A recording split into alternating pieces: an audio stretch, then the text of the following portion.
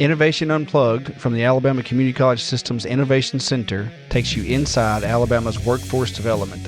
Join us for enlightening conversations with community leaders and industry experts showcasing experiences, addressing key issues, and celebrating successes in the workforce initiatives across the state.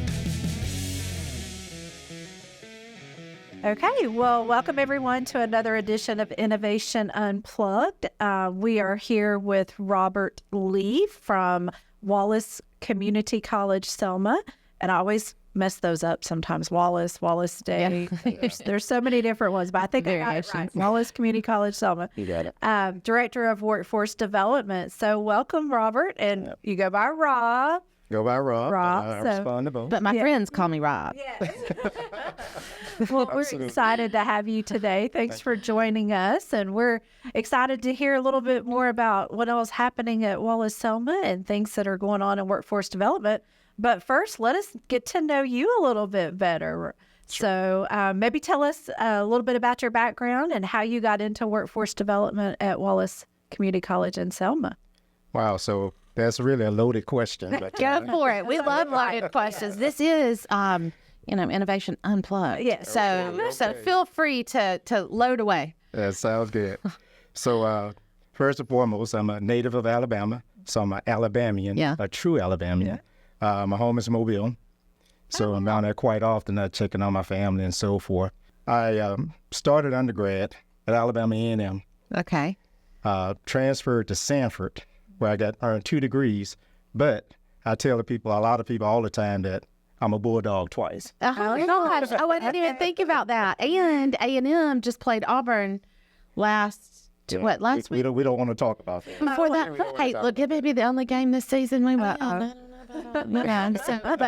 that's pretty cool. You might not have had to have changed your attire, I guess. If you had something that said Bulldogs, you could just keep it from school to school. Maybe just the color. But no. So most of my career, and I'm going to lead to your question how I got into workforce development, but most of my career has been in IT. I was an IT professional for 22 years, and it's afforded me a lot of opportunities to live in different parts of the country, work for different accounts, states, and so forth. And so my last stop in IT was actually in Texas. Oh, wow. My family and I were living in Austin. My wife ended up getting an opportunity back here at the college as well. Mm-hmm. And so with me being IT, of course, the job opportunities were fluid. Sure. So I said, well, I work from home, I'll find something and so forth. Well, in 2019, a part-time position came open with the college where I was supporting a grant operated program through workforce development. Mm-hmm. So after 2 years of actually working in that program, working in that space, my predecessor, Dr. Glenn King, ended up moving into another position at the college. And so that opened up the position for workforce development director. Okay. And so things kind of worked out with the experience. First year, of course, was a good learning year, building relationships and so forth. And now I've been director for almost 3 years. So wow. Do people around the office come to you and say, hey, I got an IT question? Because I'm going to tell you, if you worked in this crew, we would be hitting you up all the time. Like, I feel like we've got IT questions every day, simple stuff to hard stuff. We would. So does that happen in your office? Or have you not told anybody of your IT prowess, Rob? Well, I'll tell you. I think when I took over the position part-time, a lot of the folks in my office knew I was IT, so thank God we got a great IT department at Wallace. There you go. Plug them. Call but small things. Hey, my computer's freezing up and so forth, blah, blah. Can you help me out? And, I do what I can. Okay. That's all right. Yeah. It's good to know. It's good to know what strengths people have. I know I can pick up the phone and call Rob Lee if I have a question on any IT. Well, it depends on the question. Okay. All right. I hear you. Yeah. I hear you. Well, so your wife moved over. What does she do with the college? Yeah, so she's actually a dual enrollment coordinator. Oh my gosh! Yeah, so right there, like working almost side by side, not necessarily physically, I'm sure, but at least in service. Yeah, that's right. And then she's also a full-time biology instructor. Oh, my goodness. So she's got many more years than I do, but yeah. Many more years in the system or many more years to work? In the system. In the I system. got the years to work. I was about to say, that's a going thing around my house because I'm like, the first out is you get to work until 70 or whatever it is. But it's a funny around our house. It's not a truth, but it's a funny. So Yeah, absolutely. you get to outwork me, is what I say.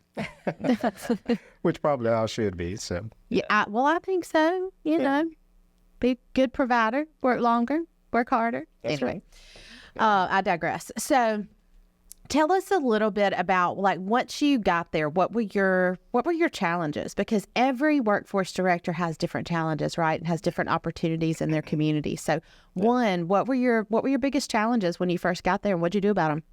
Well, so that's a great question. So when I first started the role of workforce development, we were fairly new, and I think over the years we've progressively gotten better in the process. And I think with Governor Ivey giving her endorsement for pushing workforce development, I think that's helped out tremendously, because every time we talk about workforce development in any sector, if they hear that I'm the workforce development director, say, hey, can you help us out here? Can you partner with this? Can you write us a grant for this? But a lot of individuals or corporations don't understand there's parameters around it. Sure. But I think my first year, it was really, really different. And I'll share this with you. Whenever I talk about where we were 3 or 4 years ago, I always use the ice cream truck analogy. Because Wallace, I love an analogy or a metaphor. Bring it. I love ice cream too. So with the programs, because it was fairly new, and with Wallace Selma supporting 8 different counties, it almost felt like, I was driving an ice cream to all these different counties trying to promote our programs. And a lot of times, even when you talk to businesses and industries about, what their needs were, where, of course, everybody needs something. Sure. But when you get in front of that actual HR person or leader and so forth, and you say, okay, how can I help your business? They say, well, I'm not sure. What do you have? Right. And so, of course, I had to prepare a template that really outlined all of the courses, all of the service offerings that we have within the college. And that's what I would promote with the different industries. So that was the ice cream analogy, telling them what they wanted, driving to county, meeting with the municipalities and the businesses, just talking about how we can help them. Well, with today's state of workforce development, it's been a turn of the tables, because a lot of industries are now asking for specific training. Right. So for my job, it makes it easier to say, what are you looking for? How many employees are you looking to train? What are your goals as far as this training and so forth? And it's a good problem to have. Mm-hmm. Sometimes it's a lot, because again, like I said, there's 8 counties, so everybody wants something different. Mm-hmm. But it's good to have, because now we have those industries reaching out saying, how can you help us? And we already have those things in place, and some trainings that we've offered already that's already on the menu. So yeah, that helps. What is your menu? How big of a menu is Skills for Success? And knowing that workforce encompasses a lot of things, Rob. And so we know we're part of that menu. But what does your menu look like over there in Wallace Selma? Wow. So as it relates to Skills for Success, you guys have really been a great partner for the college. Of course, we started the heavy equipment training last year.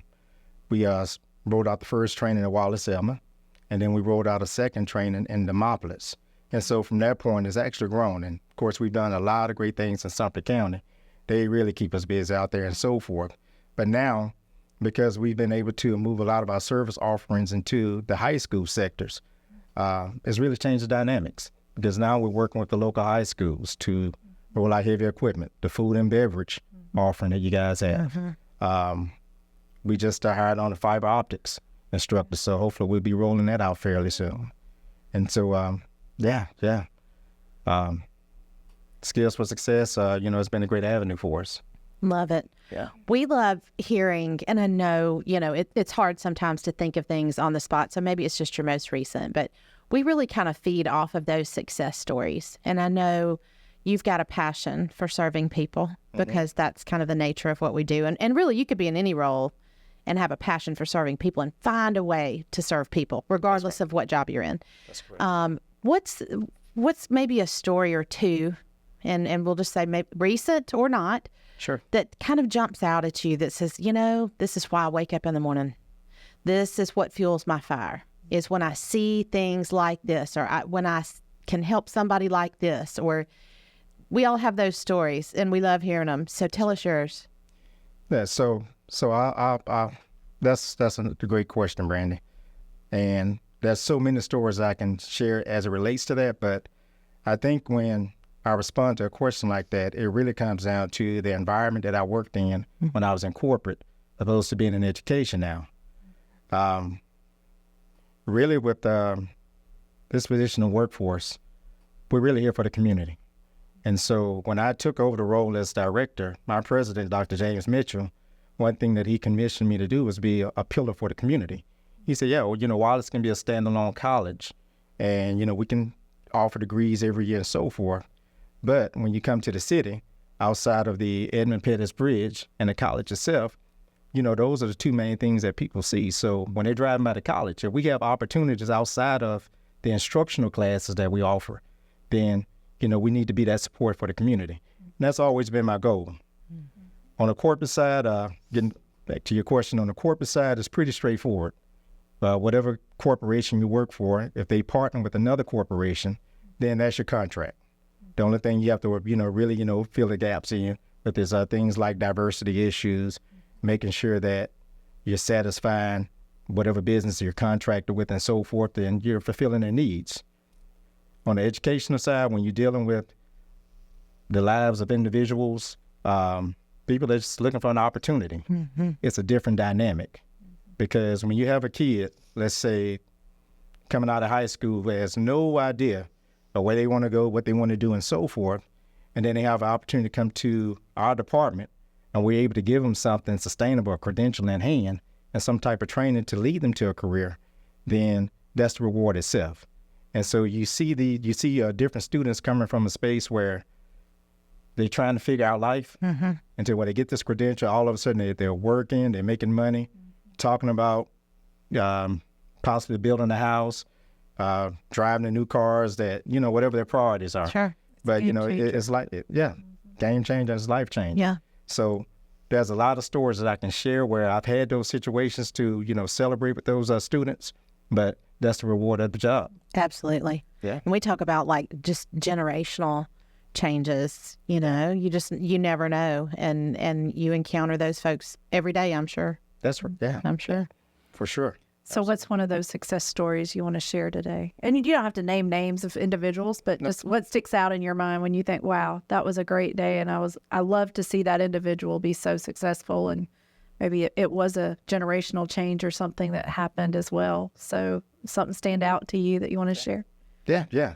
So a few years ago, we ran a program called Skills for Success. Not Skills for Success. Oh God, I just went blank on it. Not Skills for Success. Was it Ready for? Ready to Work? Ready to Work?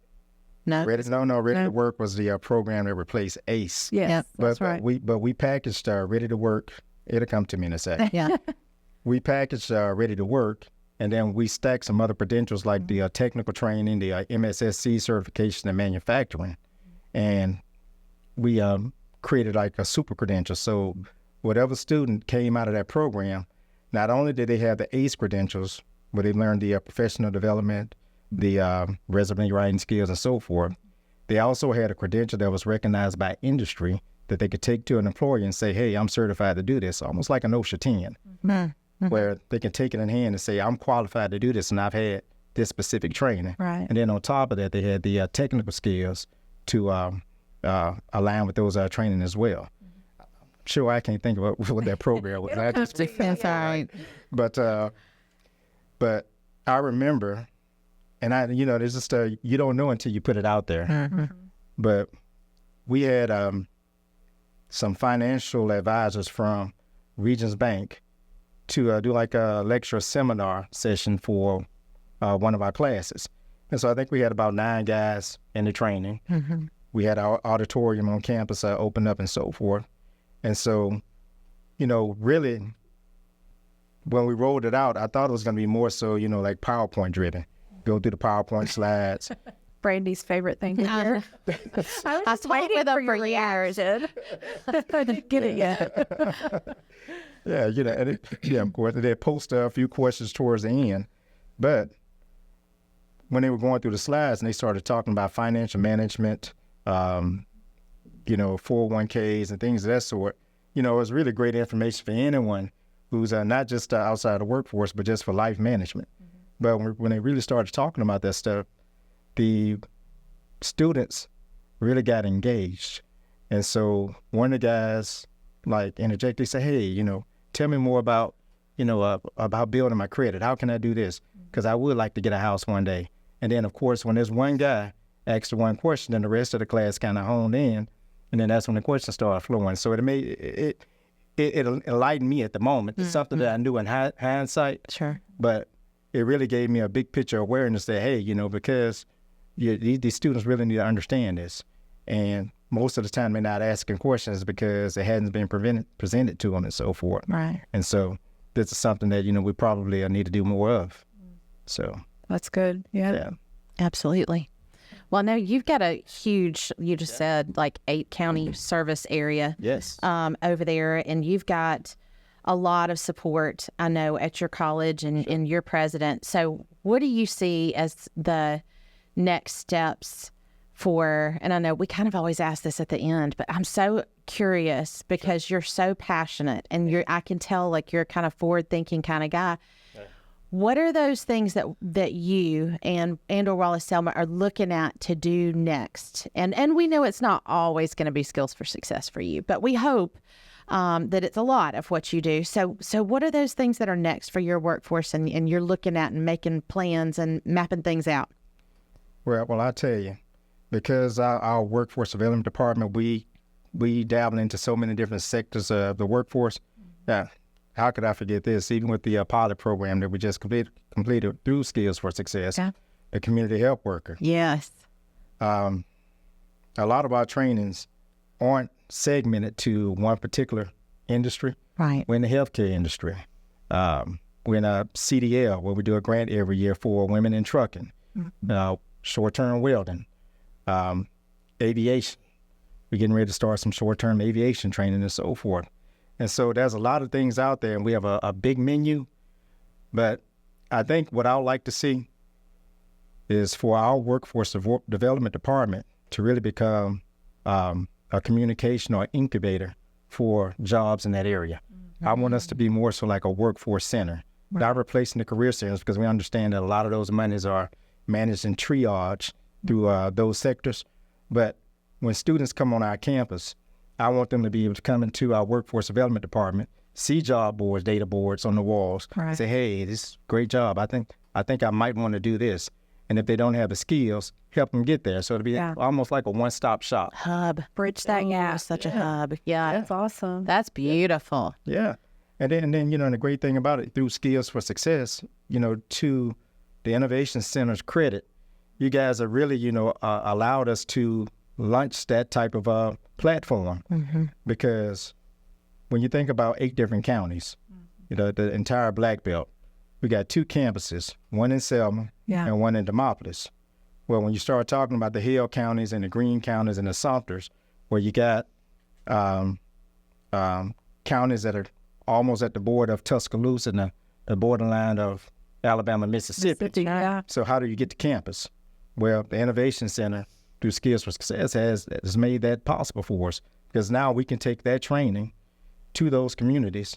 And as long as we got a place, facility with Wi-Fi, whatever we need to administer the training, it works for us. Yeah. So we're in a position now where we can better serve those communities and be a better outreach. Wow, that's a thing of beauty. I mean, I think that's always been kind of the goal and the outlook for Skills for Success, and things that are developed through the Innovation Center is how do we reach those we haven't yet reached? Yeah. How do we make sure we make a difference in the lives of everyone? And making life better is the new ACCS slogan. Yeah. And I think that's just exactly what you said. It's not always anticipating someone has access with transportation to a campus, or how do we get them training closest to them so it's not a burden to get there. time-wise. They can get trained, get connected to a job, and get to work. So I know with 8 counties, your reach goes around the borders, like you said. What are some things you're seeing from an economic standpoint, like industries that are looking into the area? Are there things through Skills for Success and the development of courses that we may not touched on yet, or maybe it may be in the pipeline, it's just not ready yet, but what are you seeing based on some of the economic outlook for the areas in those counties that are be of interest? Okay, yeah. So I'll throw out 2 things. So, of course, with the heavy equipment, that being so heavily utilized in our different counties, we've gotten to a space now because, of course, everything is relative. Putting a program out there initially is relative. Having a support staff to administer the training is relative. Having students show up. And then, of course, the back end of that. Okay, now the students have the certifications, which shows that they can actually perform the task and do the job. So what's next? Do we send them to Mississippi? Do we send them to Georgia? Or do we try to find opportunities for them here in the state? But that's where we come in. And so what I've, hopefully when things clear off my plate, I can do more of this, but my job, really as director is to go out and channel those relationships, saying, hey guys, I have some qualified students that are going through the exact same training that you're looking for, that you're posting jobs for. Give them an interview or give them a handshake. And come to this lab and offer them a job right then and there. And you get to see what they're doing, what they're capable of and what they've learned and what their skills are, like live time, So what a testimony. You've got big plans over there. Yeah. And, we have done that with a lot of our heavy equipment labs. We have invited the Yates Constructions, the H&Ms and so forth to come out and be a part of, what we're doing. And, look at, the actual training. Yeah. These guys aren't just doing textbook work.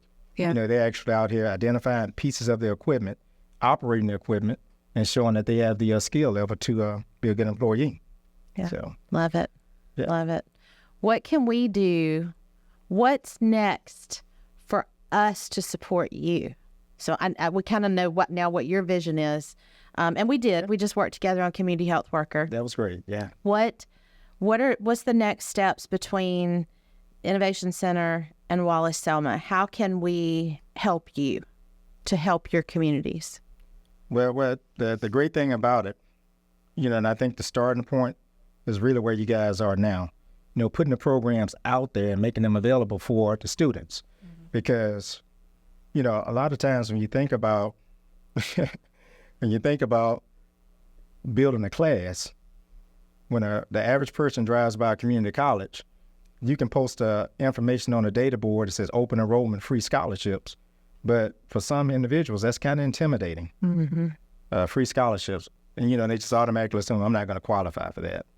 And so when you have the other entity, when they go down to the career centers to try to get state funding, of course, there's some guidelines in place that they have to meet and so forth. And so when they have those opportunities to go down, they're interested in something, but because they're making too much money per week or there were a certain age limit and so forth, whatever it might be, if they get denied, then, that's another barrier. But with Skills for Success, we say yes to anybody that's got the aptitude and most importantly, the desire to be a part of the training. So once we put it out there, if they're ready, we offer it. And in most cases, no charge to the students. So that takes away anything regarding financial burdens, scholarships and things of that sort. You just have a program and you need to show up. Yeah, you literally click a link and you're in. That's right. I mean, it is just that simple. Yeah, but to further answer your question, to what the support that you guys can provide for the college. So we got the grassroots, because it seems like with all of the stuff that I've seen on the website, some of the things that we're utilizing now, like I mentioned, the fiber ops, community health worker, great starting point. But what I like to see also, maybe sometime going into the future, is us for the team to really build upon those programs that are currently already in place. Like I noticed the water certification program out there. I have a lot of companies or municipalities asking for it. But the issue that I normally run into is that it's a one-off. if you have a small community that's got 10 employees, one person wants a certification, I can't run a whole class for one person. I have to bring about 5 or 6 municipalities together to offer that training. But through Skills for Success, when you put programs like that out there and say, we have this available, the curriculum is there. The only thing I have to do is identify a centralized location, and I can bring all those entities together and say, now you can get the training. You know, to your point, we even talked about in a different set of circumstances on a different podcast about partnerships between colleges. And so, you know, we may enter into a phase where kind of like with water operator, you know, different grades and that kind of thing. And maybe in those smaller communities, there aren't vast numbers, but it's hugely impactful because it affects all of us in the community. We all want clean water and wastewater and that kind of thing.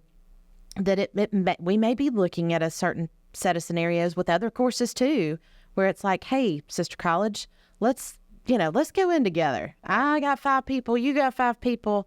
Let's put this on together. I don't know. I'm just throwing that out there. But that happened on another podcast. We were talking about how somebody didn't have a truck and this college has a truck and, well, hey, you can borrow my truck. You can borrow this. Shared resources. Yeah. So we're seeing this like collaborative approach. Do you feel like that's a potential? Is that something that we do enough of? Or I don't know. I came from a college, you know, I know everybody's so busy that it's hard to, you know, work on things on the day-to-day, much less, you know, how to collaborate on things. But do you see that as a potential or something y'all already doing, or I don't know? Yeah. So absolutely.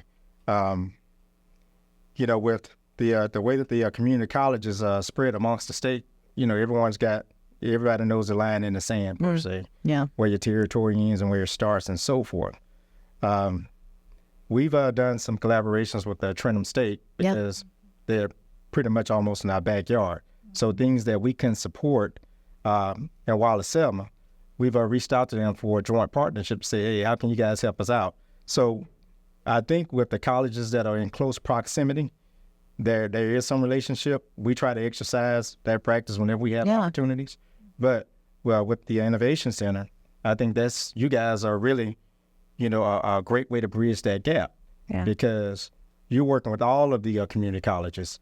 And if you go to a coastal college or a Shelton and they have a need for maybe a truck, and it's hypothetically, a truck or a piece of equipment or whatever to support the training, then you guys are a good bridge to that gap to say, hey, I think Wallace Selma may be able to help you out. Let's have that conversation where we can partner together and see how we can make this work. Because at the end of the day, we all have the same goal. Yeah, absolutely. We just serve different territories, but we all have the same mission. Absolutely. Yeah. Absolutely. And it is, you know, we all know that, I mean, my property line at my house runs from here to here and there to here, and I get it. But, you know, occasionally, like if, you know, next door neighbor didn't cut that, you know, strip of grass, we'll cut that strip of grass. That's no big deal. Yeah, it's the same, I think, kind of ebb and flow kind of thing. We are all part of the same system, providing the same service to the people of Alabama, you know. So ultimately, while there are lines of, you know, service, I guess, it only makes sense to kind of partner up and support each other because everybody wins at that point, and especially that community and those students. Yeah. And you know, and I'll tell you from my experience, even with some colleges in our close to our service areas, like Shelton here, for example, there's been opportunities where Shelton may have offered the same program that we're running at Wallace. And so I think the average community doesn't get it because they don't see the lines in the sand. Yeah. So they're thinking in terms of, if I live 15 miles from Shelton, why do I have to take the class from Wallace? But respectfully, because we work well with other colleges, you know, if I've reached out to one of my resources to, you know, ask about the training and so forth, or if there's a student that I can't help because of that invisible line, then, you know, respectfully, you know, I reach out and say, hey, this guy wants to go through this certain type of training, and you guys offer that. And I mean, vice versa, and they run the same thing with me. So there's a line of respect, but, you know, whenever there's opportunities for us to, you know, really help each other, you know, just make it a better experience for the student, Right. you know, that's always the goal, and we've tried to do that. help those individual students all the time. Yeah. So speaking of high schools, let's talk about high schools a little more, because with the 8-county reach, I think you serve a lot of school systems within that area. We do. With Skills for Success being an approved CRI now, how are you all looking to strategize to make sure that you're able to serve those needs with so many different school systems and needs? Because we all know it's based on, their career and technical education opportunities that they've allowed through their programs. How do we help align that with your 8-county school systems? You have a big reach out there. Yeah, absolutely.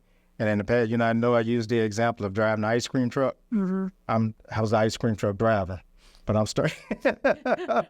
So I'm starting. I see a commercial for Wallace Selma in the future with Rob Lee in his ice cream shop. Oh my gosh, I can see it so clearly. And I would buy an ice cream cone from Rob Lee's ice cream truck. I would. Oh yeah, no doubt. Pointy hat with the ball at the top. Oh, I love it. I love it.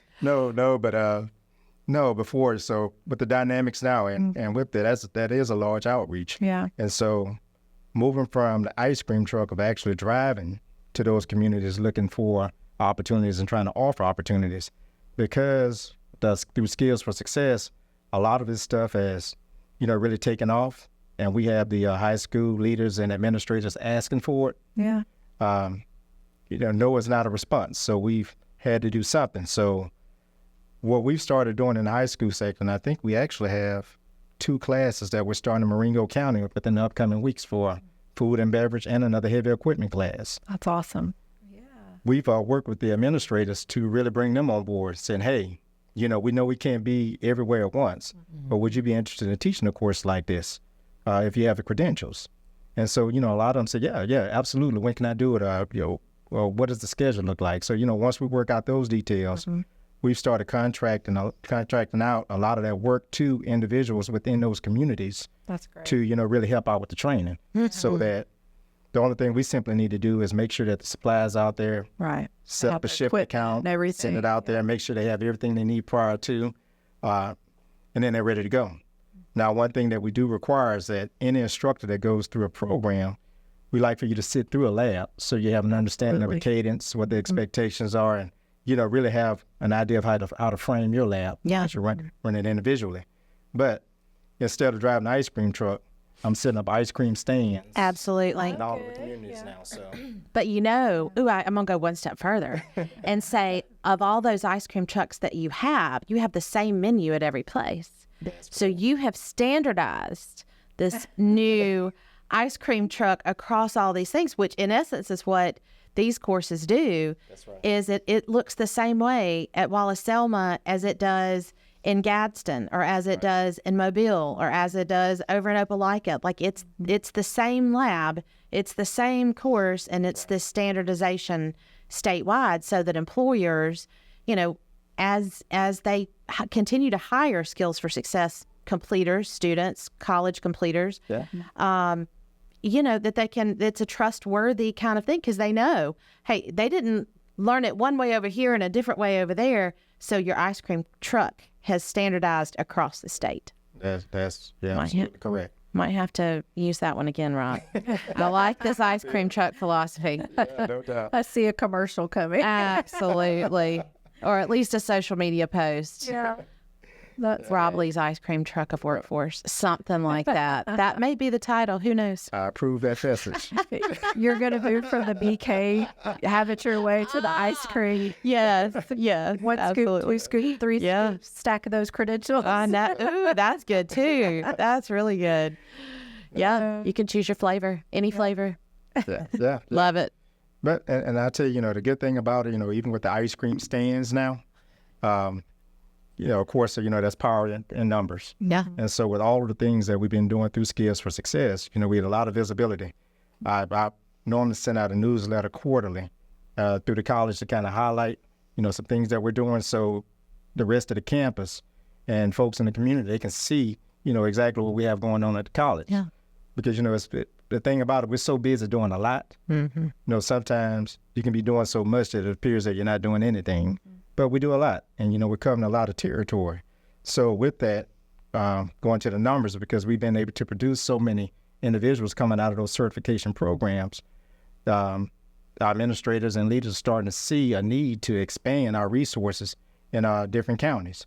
And so we get into a space now where we're scrubbing that out, seeing what it looks like logistically on paper. Right. And, hopefully in the near future, we'll have some resources managing those sectors designated to certain counties to kind of help manage that process. Yeah. That's great. Yeah. So Love it. What other opportunities are over in West Alabama that y'all are kind of partnering with? Wow. So I know last year we did EMT. There's a lot of medical facilities that we've reached out to. We've done some training with that. Like I mentioned, we are in the healthcare sector. We've rolled out several PCT trainings, patient care tech. We did a surgical tech training last year. We did a community health lab. And I have to check, but I know we're getting ready to do another community health worker lab again. Good. I want to say this Saturday. And I think we have a pretty nice size class size. And I think this might be a lot of the students that weren't able to attend the first lab, Right. but finished the online portion, but they really want to get that credential. Yeah. So community health work is going to be big.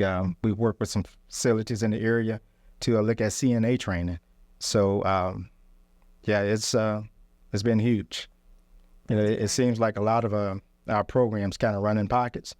You find yourself in the healthcare space for a few months, and then all of a sudden you're back at heavy equipment full-fledged, and one outweighs the other, but it balances out at the end. Yeah. But how neat is it to have that flexible model, that learning model of, okay, they finished their online, they just need to do the lab, and hey, we're going to offer it here again really soon. It's not like they're having to wait, longer time frames to get in and get those completions done and get those skills and get them into the workplace. So it's really neat to see, even though they, we're all human, right? Like sometimes we can't complete things that we start on as a task, but those individuals saw the importance of that training and really have said, okay, wait, now I'm ready. What a great testament to the model that's been created through Skills for Success to have that flexibility. Yeah, and I tell you, my wheels are always spinning, thinking about ideas and, how we can do things better. And so, when you start talking about, the trainings that's out there, you start talking about funding that's out there, you start talking about industry needs. I think that's somewhere where you can meet in the middle, make all of it work in harmony. But one thing that I thought about through Skills for Success and a direction, I think you may have asked this question earlier, but a direction that I would like to take. One of the biggest challenges right now, when we talk with a lot of industries in our area, is employee retention, keeping employees, because of course you have a lot of individuals retiring out. Sure. And there's a need to train up a new skilled workforce. One of the things that they always talk about when I attend the conferences for AOA, which is Alabama Office of Apprenticeship, is using the apprenticeship opportunity as a tool for retention, because it shows a two-sided investment, and an investment of the student to learn the skill, look at a career path, stay within the corporation, and hopefully Retain them long term. Yeah. Retain them long term.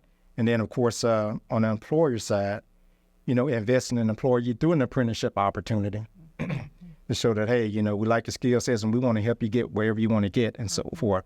So I've always liked that idea.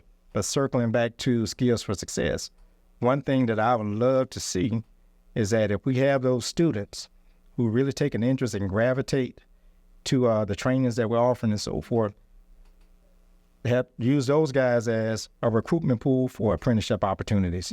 Like when the companies come out, they have an opportunity to see their skill sets, see them demonstrating that they can actually master those skills, and say, hey, I got a few apprenticeship slots open with our company. To pair the two together. Pair the two together.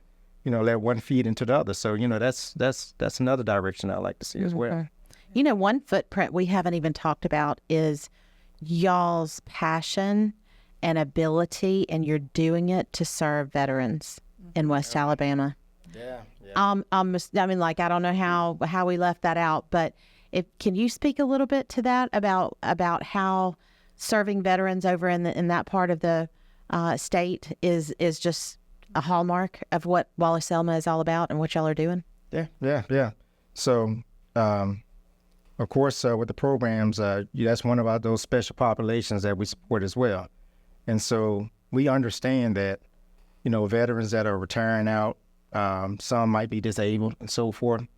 There's still a need to work. Life doesn't stop just because, things happen after retirement or your injuries or whatever the case may be. So that's a population that, we really have to be cognizant of and, really support in any way we can. The programs itself, they're pretty straightforward. I think what we probably need to do going forward is look at some initiatives to really target that sector, because we don't have anything advertised per se and say, hey, this is a veterans program. Mm-hmm. But, we have an opportunity to meet with those individuals, and we know the perks that they're entitled to under certain programs that we offer. Then, that's a great opportunity to benefit them and, serve the purpose of, what we're there for. Absolutely. But, absolutely. Yeah, but that's something that we need to target more. But, just like with any other program that we run at the college, we don't discriminate against any population. Oh, sure. And veterans is definitely one of those ones that we value. That's great. Yeah, absolutely. All right. Well, Rob, we're running out of time. We've enjoyed our conversation with you today, but what's one last thought you want to share with the audience before we wrap up? Sure. So one thing that I would say is to any individual that's looking for a career, that's looking for training, that's looking to upskill, whatever the case may be, don't put limits on yourself. Yeah, the Wallace Community College Selma, and just like our other community college partners, we're a resource for the community. So, just like anything else, the first step is taking that step. Yep. And if you call, we will definitely answer. Love it. Yeah. What a great parting word. Rob Lee, thank you so much for coming today and making the trip over. And to all of our Innovation Unplugged listeners, we are appreciative of you, and we are thankful that you have tuned in for another session, another episode. So be sure and like, subscribe, and follow on all podcast platforms. Thanks so much. Thank you, Rob Lee. Thank you. You.